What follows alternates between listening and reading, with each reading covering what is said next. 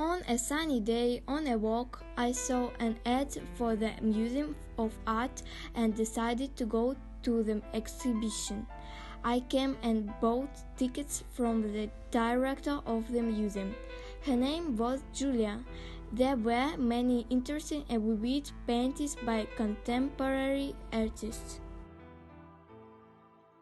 Each picture was more interesting than the other. I saw a landscape with a forest and wanted to get closer. While I was walking, I was accidentally pushed a bit by a passing person and fell into the painting.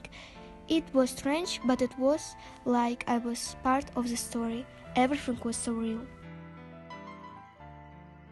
I became interested and wanted to see the rest of the painting from the inside. When I went to second picture, I saw a stormy sea and a small raft. I felt a strong wind and raindrops on my face. It was cold and I went to another painting. I visited a lot of pictures. They were beautiful, some of them were funny, some scary.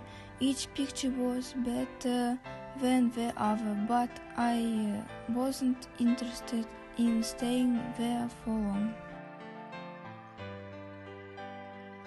When I came to the last picture, I thought for a long time whether it went in or not, because I was no longer interested.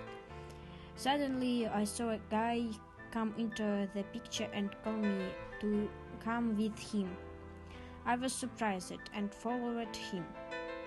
It was very dark at first, but at the end of the room I saw a bright orange light and the children laughing.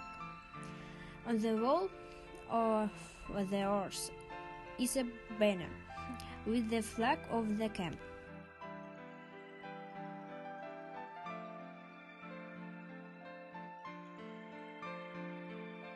The team leader Ira came up to me and told me that I was in the study.